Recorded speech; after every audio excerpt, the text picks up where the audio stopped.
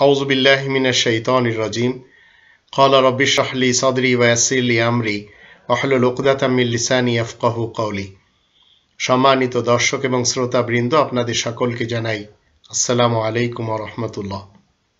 ঢাকার আক্কাজি নামাজ এবং টাঙ্গাইলের পন্নী নামাজ কখনো কি মসজিদুল হারামে পড়ানো হবে? এই কোরআনের 3 নম্বর সূরা আল ইমরানের 96 নম্বর আয়াতে আল্লাহ বলছেন, ইন্না আউওয়ালা বাইতিন ওয়ুদিয়া লিন-নাস লাল্লাযী বিবাক্কাতা মুবারাকাম ওয়া হুদাল লিল আলামিন। নিশ্চয় প্রথম ঘর যা প্রত্যেকটি মানুষের জন্য বানানো, যা নাকি মক্কার সাথে রয়েছে, সেটি পবিত্র এবং জাহানবাসীদেরকে গাইড করে।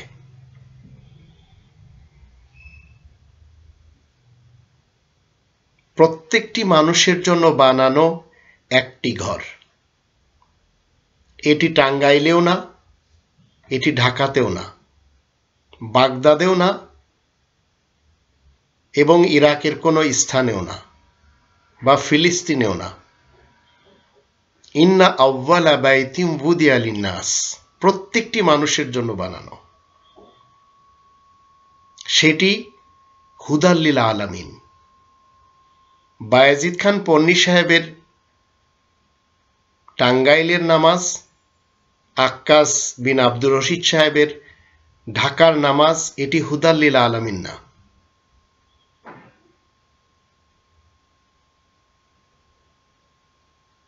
এই নামাজ মানুষকে দাঁড় করাবে না। আবার রাশাদ খলিফার আমরিকি নামাজ, সেটিও হুদাল লিল আলামিন না। 5 নম্বর সূরা আল মাইদার 97 আয়াতে বলা হচ্ছে, জাআলাল্লাহুল কাবাতাল বাইতাল হারাম কিয়ামাল লিন-নাস। আল্লাহ কাবা বাইতুল হারাম হিসেবে বানিয়েছেন কিয়ামাল লিন-নাস, প্রত্যেকটি মানুষকে দাঁড় করানোর জন্য। এটি আক্কাস সাহেবের ঘর, ঢাকার না। এটি বায়েজিদ খান পন্নী সাহেবের ঘর, টাঙ্গাইলের না। কিন্তু মসজিদুল হারামকে পবিত্র করতে হবে এই টাঙ্গাইলের নামাজের সিস্টেম থেকে আর আক্কাস সাহেবের নামাজের সিস্টেম থেকে। কোরআনের ভাষ্য মতে 2 নম্বর সূরা আল বাকারার 125 নম্বর আয়াতে আল্লাহ বলছেন, ওয়া ইয জাআলনাল বাইতা মাসাবাতাল লিন-নাস, এবং যখন আমি বিশেষ ঘরকে বানাই মাসাবাতাল লিন-নাস, প্রত্যেকটি মানুষের জন্য একত্রিত হওয়ার স্থান হিসেবে, ওয়া আমনান, এবং নিরাপদ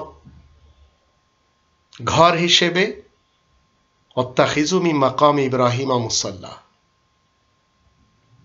তাই তোমরা সবাই যারা জীবিত রয়েছ, ইব্রাহিমের দাঁড়ানোর স্থান থেকে কায়েমকৃত নামাজকে নিয়ে নাও। কোরআন কখনো বলছে না আক্কাজের এবং বায়েজিদ খান পন্নীর কিংবা হানাফি সাহেবের, শাফি, মালিকি, হাম্বলি সাহেবের কিংবা রাশাদ খলিফার ঘর থেকে যে নামাজ প্রতিষ্ঠা করা হচ্ছে সেইগুলি নিয়ে নাও, এটি বলছে না কোরআন। এদের কারোর নামাজ মসজিদুল হারামে ঢুকবে না, এবং কখনো না, কখনো কাবাতে হিজবুত তাওহীদের জঙ্গিবাদী নামাজের সিস্টেম পৌঁছবেও না। আর আক্কাস সাহেবের আক্কাজি নামাজ কখনো সেখানে ইস্টাবলিশ হবে না। এটি আমি চ্যালেঞ্জ করে যাচ্ছি আজ 2021 সালে। আর রাশাদ খলিফা সাহেবের জীবনকালে তো পারেননি। কিয়ামত পর্যন্ত সেখানে হানাফি, শাফি, মালিকি, হাম্বলি কোনো সিস্টেমের নামাজ হবে না। কিছু কিছু লোকেরা তো সেখানে যায়ও না, গেলেও তারা চুপ থাকে। যেমন বুহেরি দাউদিরা যদি যায়, তারা কথা বলে না। কাদিয়ানিরা সেখানে যায়ও না। এখন আক্কাস সাহেবের সিস্টেম মসজিদুল হারামে কেউ পৌঁছাবে কিনা সেটি তো বিশ্বাস হয় না। কারণ এই সিস্টেম যদি সেখানে দেওয়া হয়, যারা দিতে যাবে তারা ইনশাল্লাহ জীবিত ফেরত আসবে না, কারণ এরা মনে করে চলেছে যে সেটি কোরআনের সালাত। তো কোরআনের সালাত কোরআনের নিয়ম মতেই তো সেখানে ইস্টাবলিশ করেছেন ইব্রাহিম রাসূল তার সন্তান ইসমাইল রাসূলকে নিয়ে। তাই আল্লাহ বলছেন, ওয়াহিদনা ইলা ইব্রাহিমা ওয়া ইসমাইলা আন তাহিরা বাইতিয়া। ইব্রাহিম এবং ইসমাইলের দিকে আল্লাহ অঙ্গীকার নিয়েছেন যে আমার এই ঘরকে পাক করতে হবে। আজ আমরা তো খুব সহজভাবে বুঝতে পারছি কোরআনের এই নির্দেশ। এই ঘরকে আপনাকে এবং আমাকে মুসলিম হলে পাক করতে হবে আক্কাজি নামাজ থেকে, বায়েজিদ খান পন্নির নামাজ থেকে, হানাফি নামাজ থেকে, শাফি নামাজ থেকে, মালিকি নামাজ থেকে, কাদিয়ানি নামাজ থেকে, শিয়া সুন্নি সালাফি নামাজ থেকে, এমনকি রাশাদ খলিফার নামাজ থেকে। আপনারা সবাই জানেন খোমেনি সাহেব 30,000 লোককে পাঠিয়েছিলেন এই মসজিদুল হারামের সিস্টেমের নামাজকে শিয়া সিস্টেমের নামাজ ইস্টাবলিশ করার ক্ষেত্রে। 30,000-এর একজনও ফেরত আসেনি। গরম পানি হেলিকপ্টারে নিয়ে ভুনে দেওয়া হয়েছিল।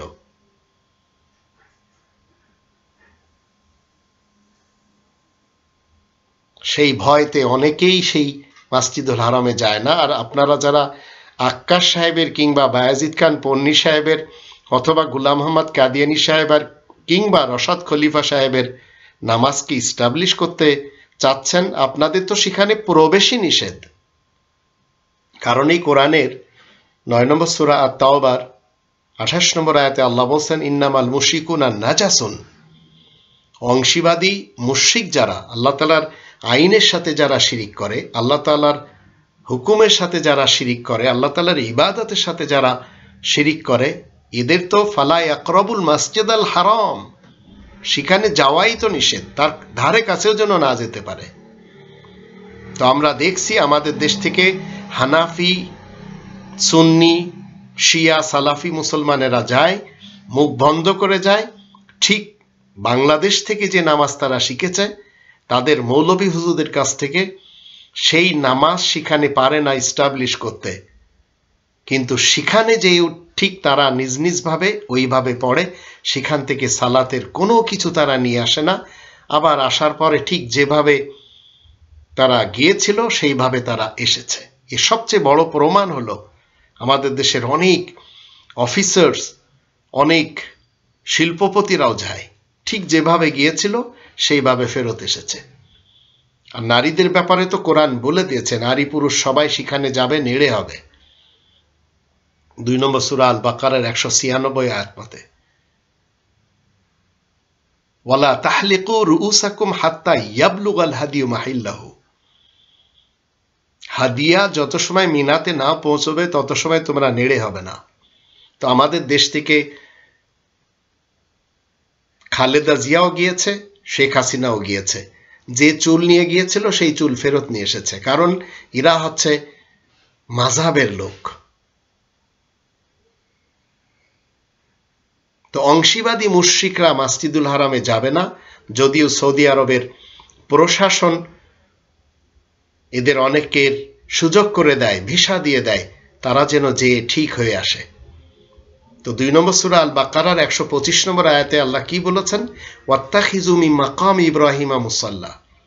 ইব্রাহিমের দাঁড়ানোর স্থান থেকে কায়েমকৃত নামাজকে নিয়ে নাও। আমার মাও হজে গিয়েছেন, আমার বোনেরাও গিয়েছেন, আমার ভাইয়েরাও গিয়েছেন, কেউ সেখান থেকে কাবার সিস্টেমের সালাত নিয়ে ফেরত আসেননি। আর এদেরকে যখন আমি বলি তখন এদের দৃষ্টিতে আমি হচ্ছি এদের সবচেয়ে বড় শত্রু। তো আপনি কোরআনের কথা স্টপ করবেন?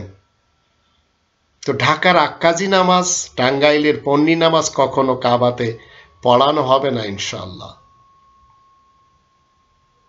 তো এই ঘরকে আপনি এবং আমি আজ যেন এই সিস্টেমের যত নামাজ তৈরি করে নিয়েছে মানুষেরা, এর থেকে আমাদের পাক রাখতে হবে।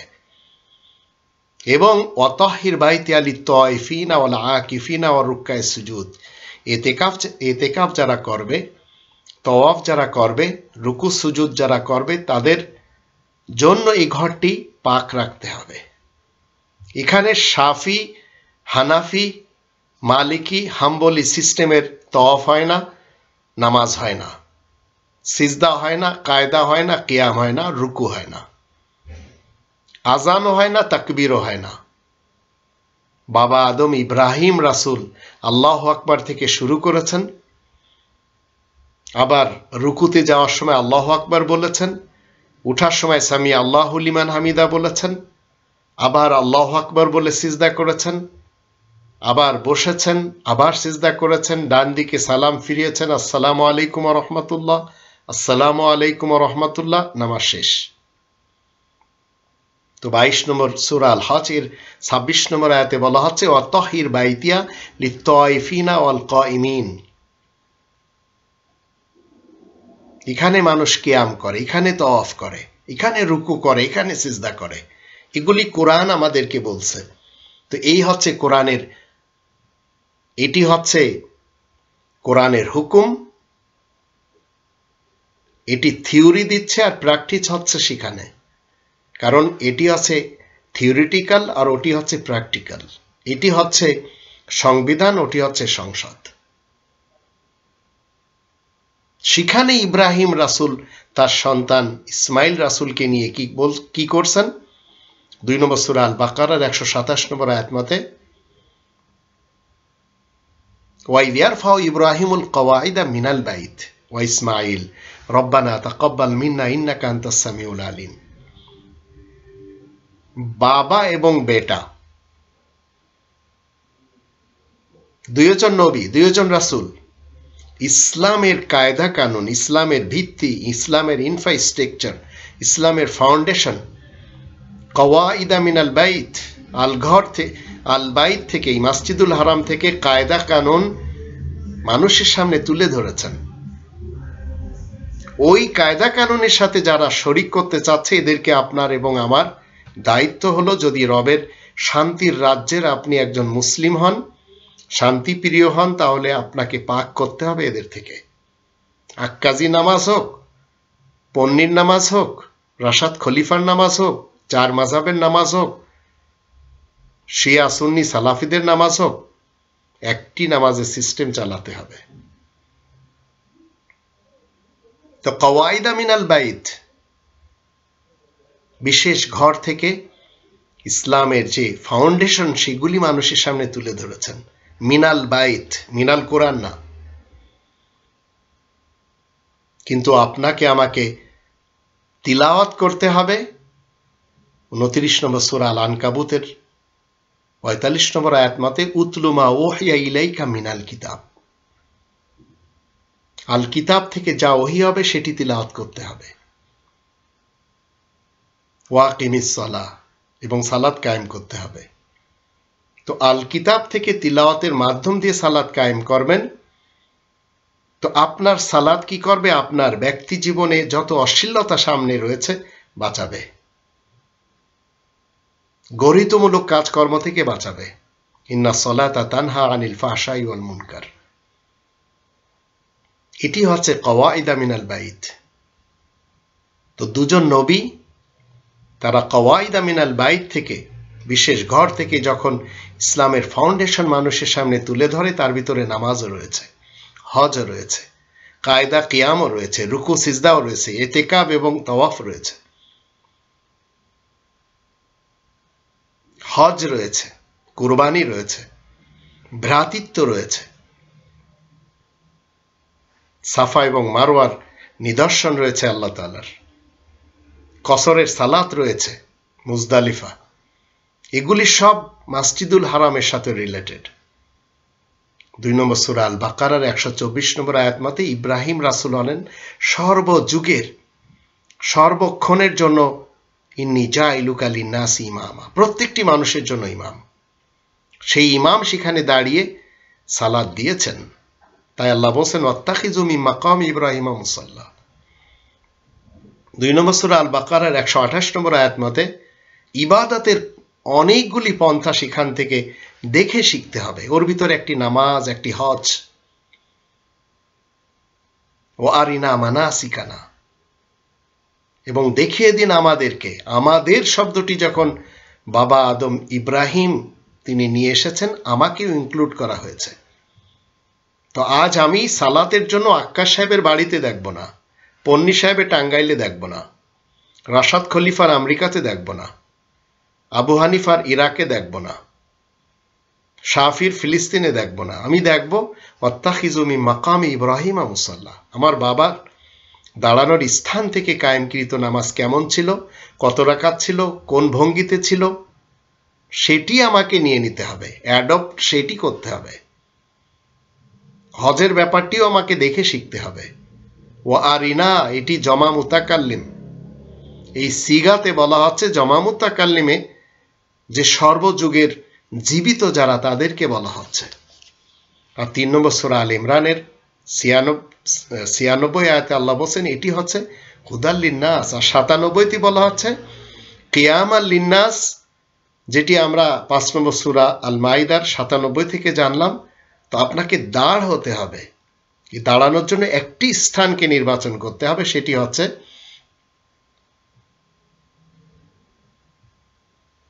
ফিহি আয়াতুম বাইয়িনাতুম মাকামু ইব্রাহিম। এই মসজিদুল হারামের ভিতরে একটি বিশেষ নিদর্শন হচ্ছে ইব্রাহিমের দাঁড়ানোর স্থান।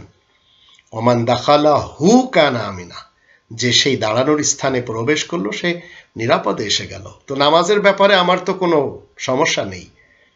আমি কেন ঢাকার আক্কাজি নামাজকে অ্যাডপ্ট করতে যাব, টাঙ্গাইলের পন্নী জঙ্গি নামাজকে, আমেরিকার রাশাদ খলিফার নামাজকে, ইরাকের আবু হানিফার নামাজকে বা সুন্নি শিয়া সালাফিদের নামাজকে কেন আমি অ্যাডপ্ট করতে যাব, কেন গ্রহণ করতে যাব?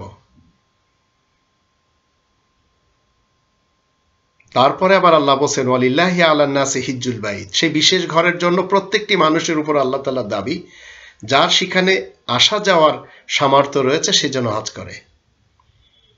তো যেখান থেকে আপনাকে সালাতের সিস্টেম নিতে হবে, সেখানে হজের রীতিনীতি দেখে শিখতে হবে।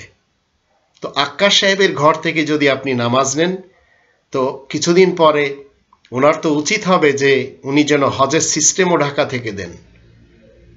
কোরআনের সাথে যখন পাঙ্গাই নিয়েছেন তখন ভালো করেই নেওয়া উচিত ওনার। তো ওনার কোনো কিছু কখনো কাবাতে ইস্টাবলিশ হবে না, কারণ জাতিকে না, উনি মিসগাইড করছেন ইউটিউবে এসে। আবার সেই ঘরের সাথে সম্পর্ক 5 নম্বর সূরা আল মাইদার 2 নম্বর আয়াত মতে কলাইদ, গোলাকার। অন্য কোথাও গোলাকার মসজিদ কেউ বানাবে না।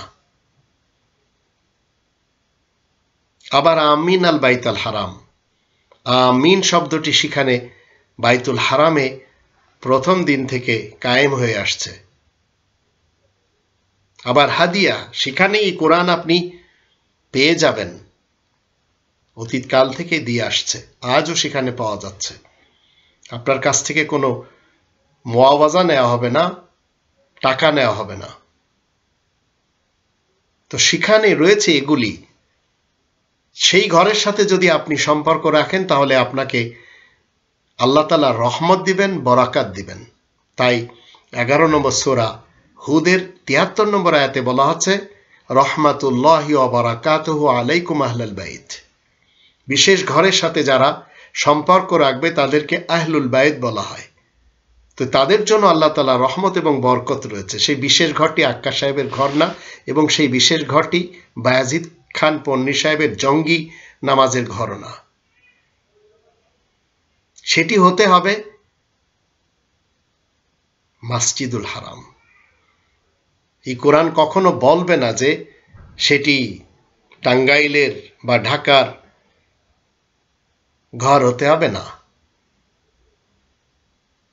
22 নম্বর সূরা আল হজ এর 26 নম্বর আয়াতে আল্লাহ নির্দিষ্ট করে দেখিয়ে দিয়েছেন ইব্রাহিম রাসূলকে, ওয়াইফ বাওয়ানা লি ইব্রাহিমা মাকান আল বাইত, এবং নির্দিষ্ট করে আমি যখন দেখিয়ে দিই ইব্রাহিমকে মাকান আল বাইত, সেই বিশেষ ঘরের মাকানকে, নির্দিষ্ট স্থান আল্লাহ দেখিয়ে দিয়েছেন।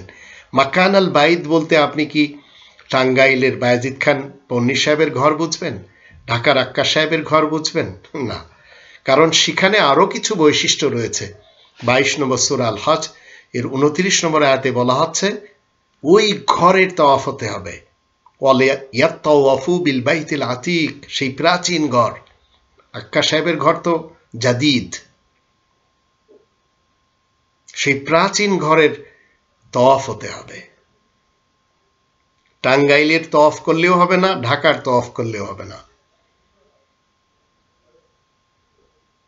আবার পশু বলির ব্যাপারে 22 নম্বর সূরা আল হজ এর 33 নম্বর আয়াতে বলা হচ্ছে সুম্মা মাহিল্লুহা ইলাল বাইতুল আতিক, বাইতুল আতিক সেই প্রাচীন ঘরের দিকে, সেই মিনাতে করতে হবে পশু বলি। এখন আপনি যদি আক্কাস সাহেবের ঘরে যে পশু বলি দেন, তো কি অবস্থা হবে? যারা আপনারা আক্কাস সাহেবকে মেনে চলেছেন, সবাই যদি মনে করেন যশোর থেকে একজন ওনাকে মানছেন, উনি কি করলেন, যশোর থেকে 5টা গরু নিয়ে আসলেন, আক্কাস সাহেবের ঘরের সামনে যদি 5টা গরু এট এ টাইম জবাই করা হয়, মানুষেরাও বা কি বলবে? কিন্তু গরিব মানুষের উপকার হতে পারে। রবের ইসলামী কিংডমে আপনি আমি যতদিন বেঁচে থাকব, মনে রাখবেন সেই মসজিদুল হারামের সাথে যাদের সম্পর্ক, মুমিন এবং মুসলিম যারা, তারা সব সময় এই পৃথিবীতে ইসলাম নিয়ে মুসলিম হয়ে মুমিন হয়ে বসবাস করে। তাই 51 নম্বর সূরা আয-যারিয়াতের 36 আয়াতে বলা হচ্ছে ফামা ওয়াজাদনা ফিহা গায়রা বাইতিন মিনাল মুসলিমিন। 51 নম্বর সূরা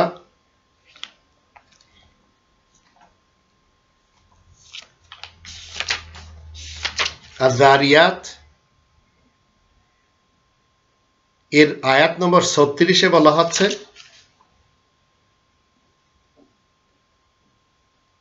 ফামা ওয়াজাদনা ফিহা গায়রা বাইতিন মিনাল মুসলিমিন, পৃথিবীতে তো মাত্র এক ঘর লোক ছাড়া আর তো কোনো মুসলিম আমরা পাই না। তো ওই মসজিদুল হারামের সাথে আপনার যদি সম্পর্ক থাকে, তো আপনাকে বলা হবে আহলাল বাইত, তখন আপনার উপর হবে রহমাতুল্লাহি ওয়া বারাকাতুহু আলাইকুম। তো ওখানে আপনি নামাজের শেষে কি পান? ইমাম প্রথম দিন থেকে বাবা আদম ইব্রাহিম তার সন্তানদেরকে আসসালামু আলাইকুম ওয়া রাহমাতুল্লাহ এটি দিয়ে দেন, আর এই দুই দিকে সালাম ফেরানোর পরে সালাত শেষ হয়। তো আপনার এবং আমার দুনিয়ার যেখানে ঠিকানা হোক না কেন, মুসলিম হলে এই সংবিধানের সাথে আপনার সম্পর্ক রাখতে হবে এবং ওই সংসদের সাথে, কারণ ওই সংসদের সাথে সম্পর্ক থাকলেই আপনি আপনার জীবন অতিবাহিত করতে পারবেন অনায়াসে। তাই 52 নম্বর সূরা আত-তুর এর 4 নম্বর আয়াতে বলা হচ্ছে ওয়াল বাইতিল মামুর, এমন একটি ঘর যে ঘরের সাথে কি হয়, জীবন অতিবাহিত করা যায়, মামুর। আর 106 নম্বর সূরা কুরাইশের 3 নম্বর আয়াত মতে ফালিয়াবুদু রব্বা হাযাল বাইত, এই ঘরের রবের বন্দেগী করতে হবে, টাঙ্গাইলের ঘরের না, বায়েজিদ খান পন্নীর ঘরেরও না, আক্কাস সাহেবের ঘরেরও না। আর এই ঘরের ব্যাপারে আল্লাহ কি বলছেন? 14 নম্বর সূরা ইব্রাহিমের 37 নম্বর আয়াতে বলা হচ্ছে এটি হচ্ছে এমন ঘর যেখানে কোনো কৃষি নেই, গায়রা যি যারইন ইনদা বাইতিকাল মুহাররম।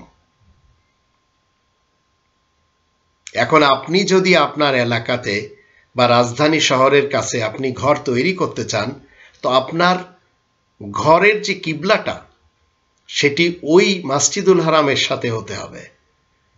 10 নম্বর সূরা ইউনূসের 87 আয়াতে বলা হচ্ছে ওয়া আওহাইনা ইলা মূসা ওয়া আখিহি আন তাবাওয়া লিমিসরা বুয়ুতাকুম ওয়াজআলু বুয়ুতাকুম কিবলা।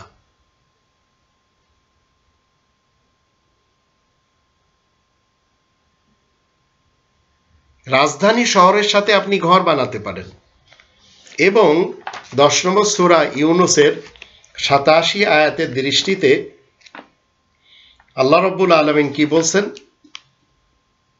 وأوحينا إلى موسى وأخيه أن تبوأ لقومكما بمصر بيوتا وجعلوا بيوتكم قبلة بمصر بيوتا وجعلوا بيوتكم قبلة وأقيموا الصلاة وبشر المؤمنين মুসা তার ভাইয়ের কাছে আমি ওহী নাজিল করি তারা যেন নিজ কওমের লোকজনের জন্য রাজধানী শহরের কাছে বাড়ি ঘর তৈরি করে আর তোমরা নিজেদের ঘরগুলিকে মার্কাজ হিসেবে ব্যবহার করতে পারবে আর তোমরা সবাই সালাত কায়েম করবে আর মুমিনদেরকে সুসংবাদ দাও। তো এখন আপনি ঘরের ভিতরে একটি নামাজের কক্ষ তৈরি করলেন, এখন এই কক্ষ আক্কাস সাহেবের বাড়ির দিকে করবেন না টাঙ্গাইলের পন্নী সাহেবের দিকে করবেন না আমেরিকার রাশাদ খলিফার ঘরের দিকে করবেন না আবু হানিফার ইরাকের ঘরের দিকে করবেন? 2 নম্বর সূরা আল বাকারার 149 এবং 150 আয়াত দুটি দেখে নিন, তাহলে আমি বুঝতে পারবো যে আপনার ঘরের যে সালাতের কক্ষ তার ডাইরেকশন কোন দিকে হতে হবে এবং আপনি যখন আপনার এলাকাতে মসজিদ তৈরি করবেন তখন তার ডাইরেকশন কোন দিকে হতে হবে।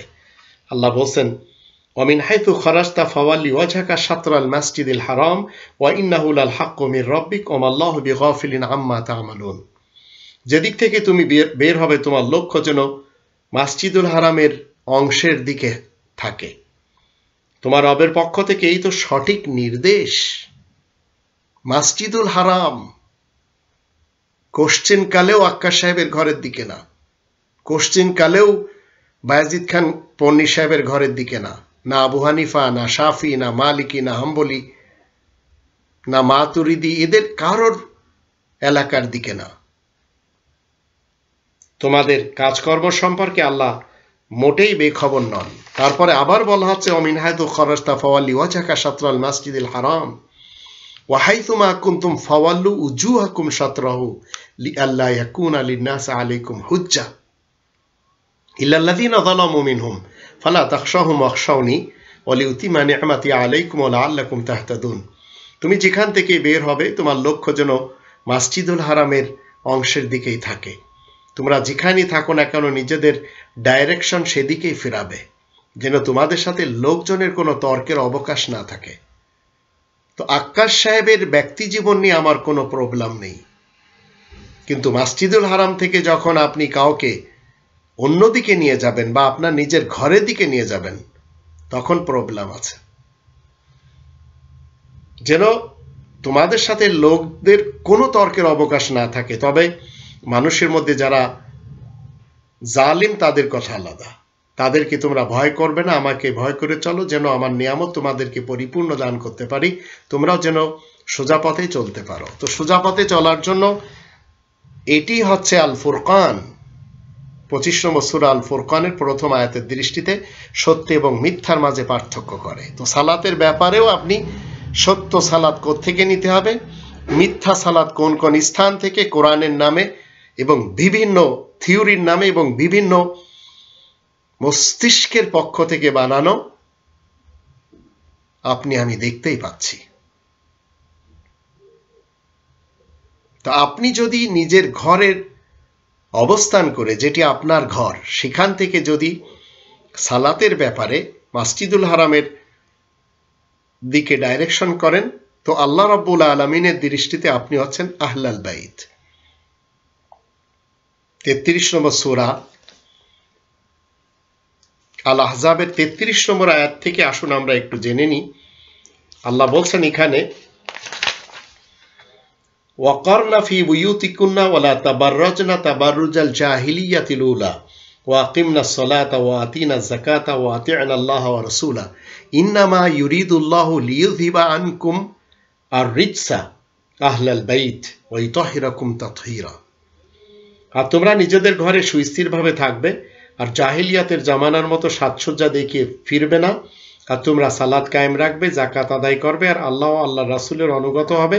আল্লাহ তো চান হে আহলাল বাইত তোমাদের মধ্য হতে কালিমা আবর্জনা দূর করতে আর তোমাদেরকে উত্তম রূপে সাফ করেই রাখতে চান।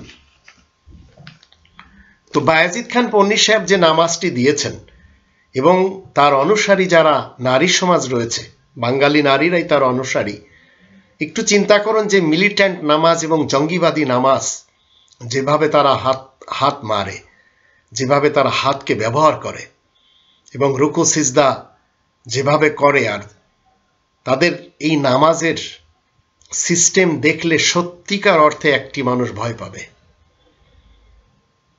আর আক্কাস সাহেবের বানানো সিস্টেম, ওনার দৃষ্টিতে কোরআনী নামাজ সেটি কখনো মসজিদুল হারামে কায়েম হবে না, এবং সেটি 2 রাকাত পড়াতে চেয়ে উনি আধা ঘন্টা সময় নিয়েছেন বা 25 মিনিটের মতো, এটি আল্লাহ তাআলার বিধানে লেখা নেই।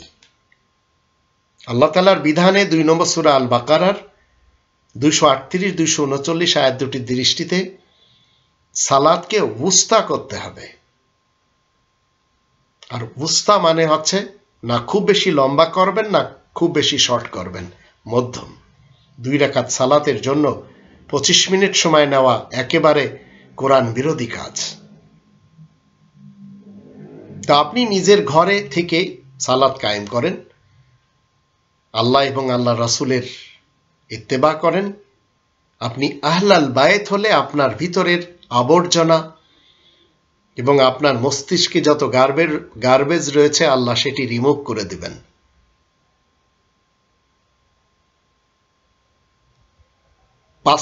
8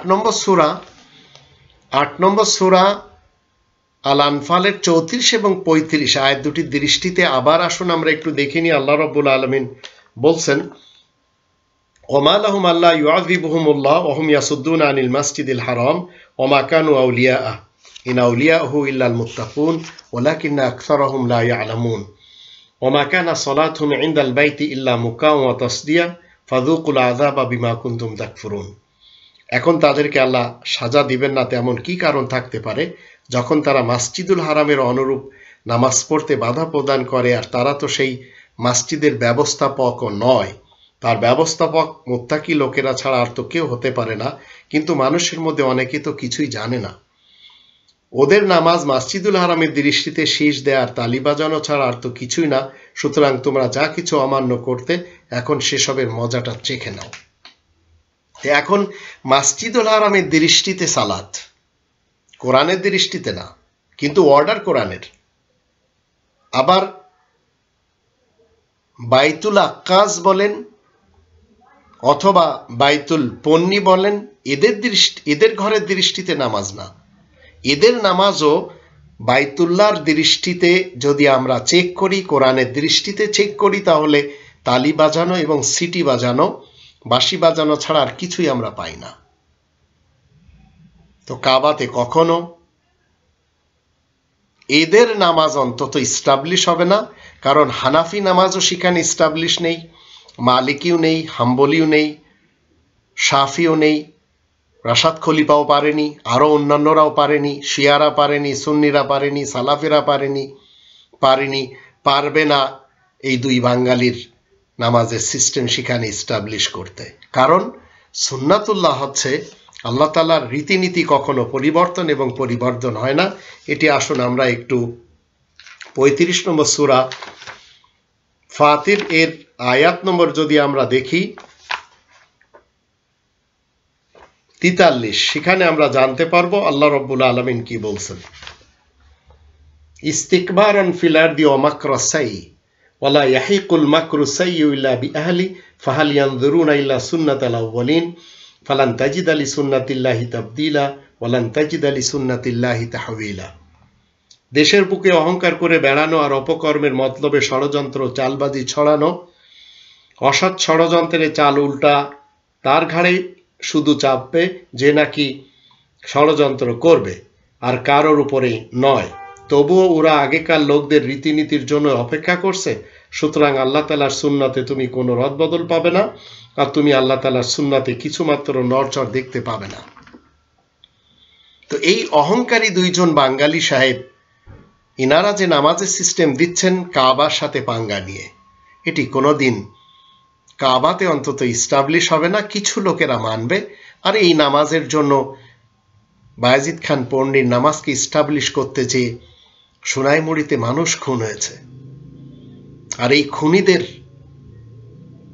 যারা খুন হয়েছে, এদের দায়ভার যাবে হুসাইন মোহাম্মদ সেলিমের উপরে। ঠিক এইভাবে আক্কাস সাহেব যদি ইচ্ছা করেন ঢাকাতে এরকম একটি মসজিদ তৈরি করতে, যেখানে এনার এই কাল্পনিক সিস্টেমের নামাজকে ইস্টাবলিশ করবেন, সেখানেও এই রক্তপাতই ঘটবে। কারণ এগুলি হচ্ছে ষড়যন্ত্রের নামাজ, এগুলি ইসলামের না।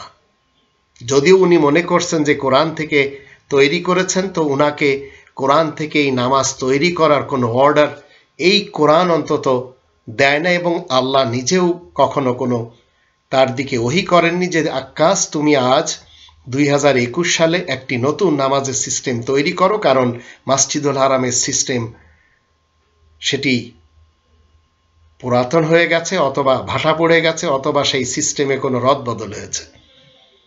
কিন্তু আক্কাস সাহেবের এই সিস্টেমের বিরোধিতা করবে তার ফ্যামিলির লোকেরাও, তার আশেপাশের লোকেরাও। কিন্তু আপনাকে কোরআনের এবং কাবার বিধিবিধান মেনে, হুদাল্লিল আলামিন এবং হুদাল্লিল নাস, আপনাকে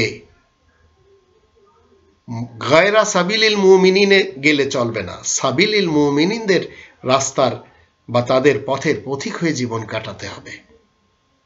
তাহলে আপনার উপরে, আমার উপরে কি হবে? যা সকল নবিয়িন, সিদ্দিকিন, শুহাদা, সালেহিনদের উপরে হয়েছে, সেই নিয়ামত আল্লাহ তাআলা আপনাকে আমাকে দিবেন।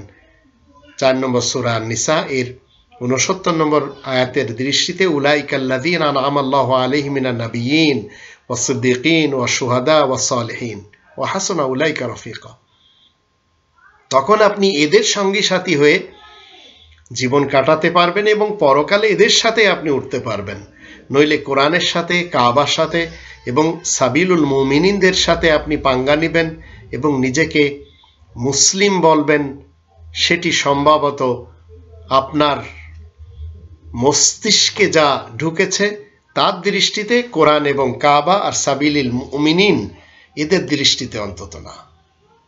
আল্লাহ আমাদের সবাইকে তৌফিক দান করুন রবের বিধিবিধান মেনে জীবন কাটানোর।